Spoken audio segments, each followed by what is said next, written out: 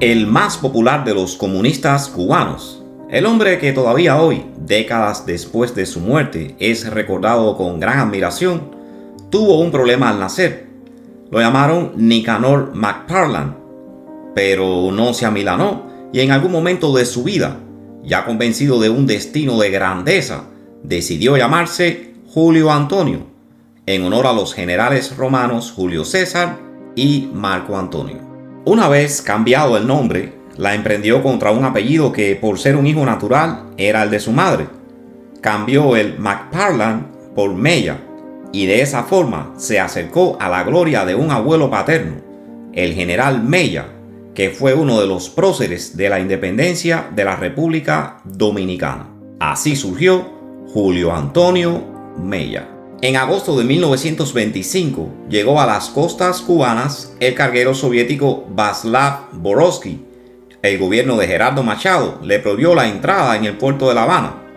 Fue enviado a anclar en el puerto de Cárdenas y la agrupación comunista de La Habana decidió enviar a un grupo de militantes a ese puerto. Iban con la misión de visitar el buque soviético, darle la bienvenida y establecer un contacto inicial que casualmente coincidió con las vísperas de la fundación del PCC-PSP. Esos compañeros, entre los que estaban Mella, alquilaron un bote con motor, llegaron hasta el carguero y permanecieron unas cuantas horas conversando con los marinos soviéticos. Así lo cuenta uno de los participantes, el ingeniero Ángel Ramón Ruiz Cortés. Personaje interesante ese Ángel Ramón Ruiz Cortés. Fue uno de los primeros comunistas cubanos que colaboraron con el núcleo central de inteligencia soviética. Ingeniero eléctrico de formación, miembro de la agrupación comunista de La Habana desde 1923 y participante como observador en el Congreso Fundacional del PCC-PSP. Cuando la represión del gobierno de Machado se incrementó y casi todos los miembros del partido cayeron presos, Ruiz Cortés fue uno de los pocos que pudieron evitar la cárcel y fue promovido junto con Fabio Grobat a miembro del Comité Central del PCC-PSP. Esa promoción justificó su presencia como presidente del jurado que en enero de 1926 expulsaría a Mella del partido. Fue al parecer un cuadro mucho más importante de lo que siempre aparentó. En 1933, cuando Grobat decidió visitar varios centrales azucareros con el objetivo de diseñar las estrategias de lucha y penetración del PCC-PSP en esa importante área de la economía cubana, fue Ángel Ramón Ruiz Cortés quien preparó la leyenda de Fabio como un ingeniero alemán que estaba de visita en Cuba estudiando la producción del azúcar. Después, ese mismo año cayó preso y pasó una temporada en el Presidio Modelo. Entre 1936 y 1959, su rastro se pierde para reaparecer en 1960 como el primer embajador de Cuba en Checoslovaquia, país en el que Grobat vivía desde 1951. La hija del flamante embajador Josefina Ruiz Yarini fue la novia durante su estancia en Praga de Marcos Rodríguez, el supuesto delator de los mártires de Humboldt 7. Ángel Ramón Ruiz Cortés fue entonces un hombre vinculado a tres de las grandes defenestraciones de la historia de Cuba: la de Julio Antonio Mella, la de Marcos Rodríguez y, por carambola, la de Joaquín Mordoquí. Hoy los archivos del Comintern permiten reconstruir la corta e intensa relación de Mella con el PCC-PSP, los eventos que antecedieron a su expulsión de esa organización y las consecuencias que la misma tuvo sobre la vida política de ese joven revolucionario.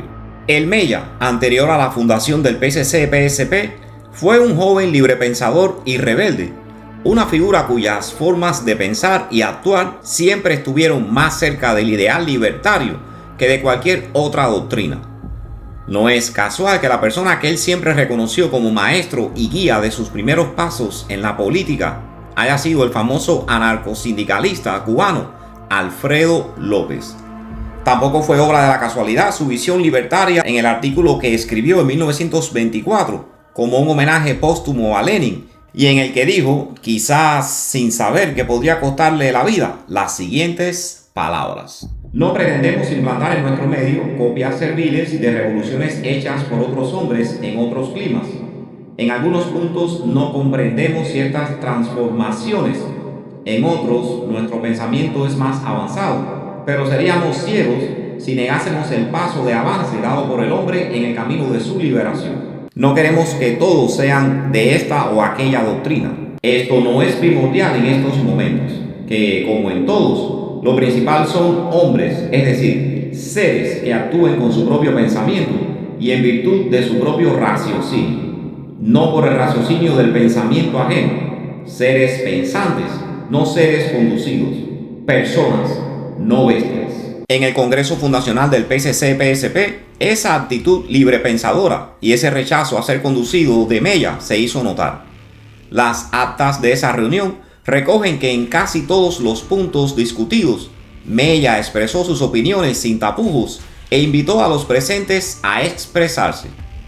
Esas actas muestran una tensión constante entre la visión cubana y librepensadora de Mella y la obediencia de un grupo de hombres a una organización, el Comintern, cuyos principios apenas se entendían y cuyas directivas acataban a partir de la influencia de un número reducido de miembros de esa organización que, para más extrañezas, no eran cubanos.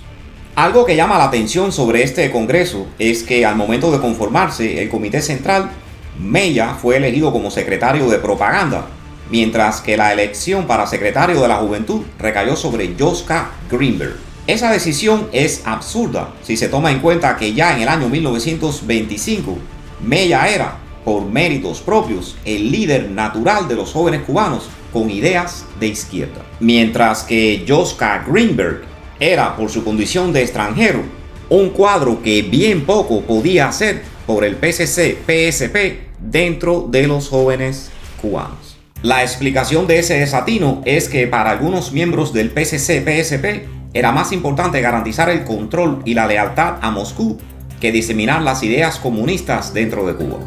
Bajo esa premisa, Joshka Greenberg devenía el candidato ideal para un trabajo con niños y jóvenes que, en la lógica del bolchevismo, tenía que ser un trabajo de selección, adoctrinamiento y sumisión. Solo así podrían formarse cuadros con un nivel de lealtad a Moscú que Mella, por ser cubano y librepensador, nunca habría podido alcanzar e inculcar.